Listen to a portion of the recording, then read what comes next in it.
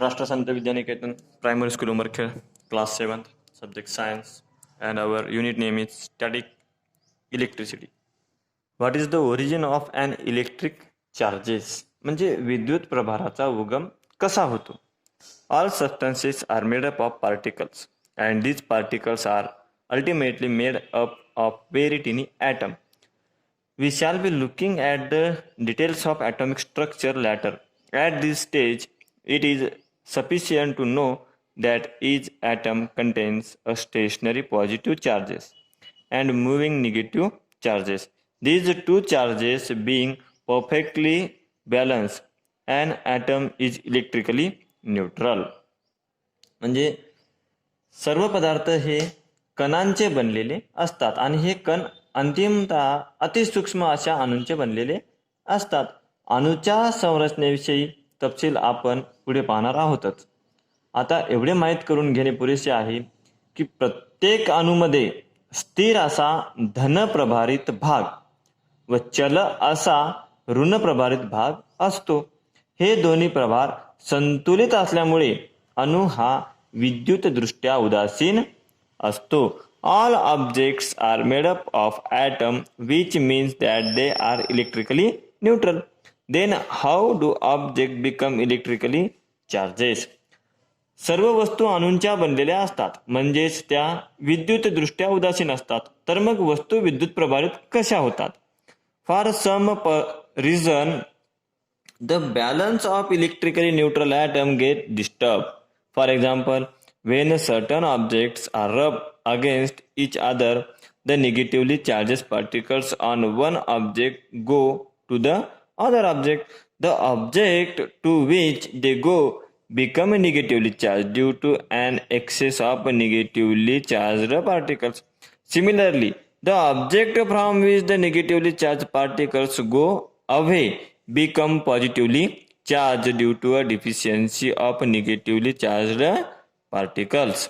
It means that of the two objects being rubbed, one become positively charged and other negatively charged. बघा, विद्युतदृष्ट्या उदासीन असलेल्या अणूंमधील प्रभारांचे काही कारणाने संतुलन बिघडते. मग जसे की काही विशिष्ट वस्तू जेव्हा एकमेकांना आपण घासतो म्हणजे घासल्या जातात, तेव्हा एका वस्तूवरचे ऋणप्रभारित कण दुसऱ्या वस्तूवर जातात. ते ज्या वस्तूवर गेले ती वस्तू अतिरिक्त ऋणप्रभारित कणांमुळे ऋणप्रभारित होते. तसेच ज्या वस्तूवर ऋणप्रभारित कण गेले ती वस्तू ऋणप्रभारित कणांच्या कमतरतेमुळे धनप्रभारित होते. अर्थात घासल्या जाणाऱ्या दोन वस्तूंपैकी एक धनप्रभारित तर दुसरी ऋणप्रभारित बनते. बघा इथं material paper, polythene, nylon cloth, cotton cloth, silk cloth etc. आता प्रोसिजर दिलेली आहे. First take the object mention in the chart near some small pieces of paper and observe what happens. Then rub each of these objects in a turn against one of the given material and take it near the piece of paper. Record your observation in the chart. म्हणजे सारणीत दिलेल्या वस्तू प्रथम कागदाच्या तुकड्यांजवळ न्या, काय होते ते पहा, नंतर दिलेल्या साहित्यावर क्रमाक्रमाने घासा व कागदाच्या तुकड्यांजवळ न्या. तुमचे निरीक्षण दिलेल्या तक्त्यात तुम्हाला नोंदवायचं आहे. हा तक्ता इथे दिलेला आहे आणि इथं वस्तू दिलेल्या आहेत. Each atom is electrically neutral. बघा, प्रत्येक अणू हा विद्युतदृष्ट्या उदासीन असतो. It has equal amount of positive and negative charge. त्यातील धन व ऋण प्रभारांचे प्रमाण समान असते. If for some reason the negative charge decreases the atom become positively charged. ऋण प्रभार काही कारणाने कमी झाल्यास अणू धन प्रभारित होत असतो. आता frictional electricity. The electric charge generated by friction is called frictional electricity. म्हणजे घर्षण विद्युत. फ्रिक्शनल इलेक्ट्रिसिटी म्हणजे घर्षण विद्युत. आता घर्षणामुळे निर्माण होणाऱ्या विद्युत प्रभाराला घर्षण विद्युत म्हणतात. This charge produce only at the place of friction, hence it is called static electricity. It remains on the object for a short duration. The charge of static electricity are absorbed in moist air.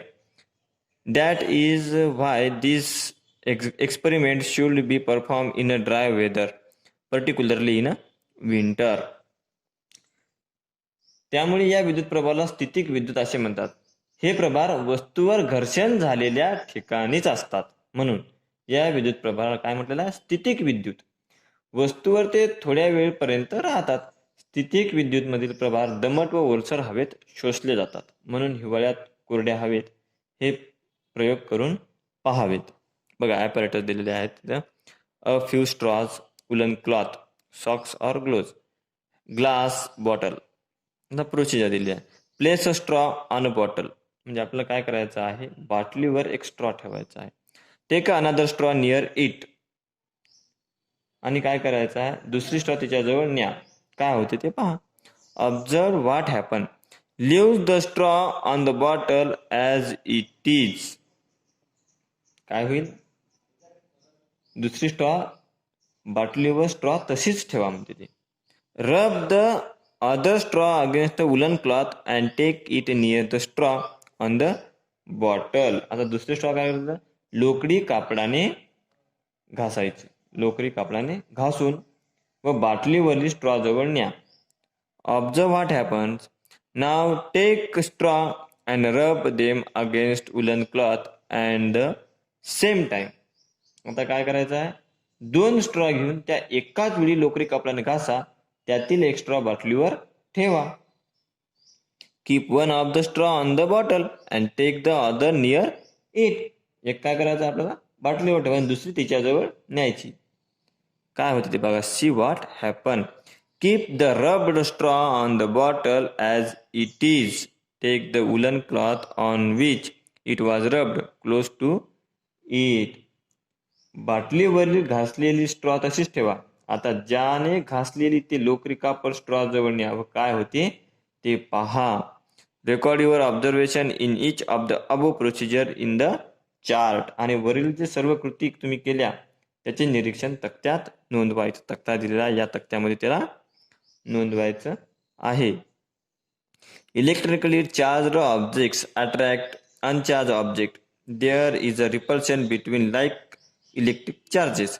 There is attraction between unlike electric charges. Hence, repulsion is used as the test for identifying an electrically charged object. म्हणजे विद्युत प्रभारित वस्तू प्रभार नसणाऱ्या वस्तूंना आकर्षित करतात. समान विद्युत प्रभारांमध्ये प्रतिकर्षण होते. विरुद्ध विद्युत प्रभारांमध्ये आकर्षण होते. विद्युत प्रभारित वस्तू ओळखण्यासाठी प्रतिकर्षण ही कसोटी वापरली जाते.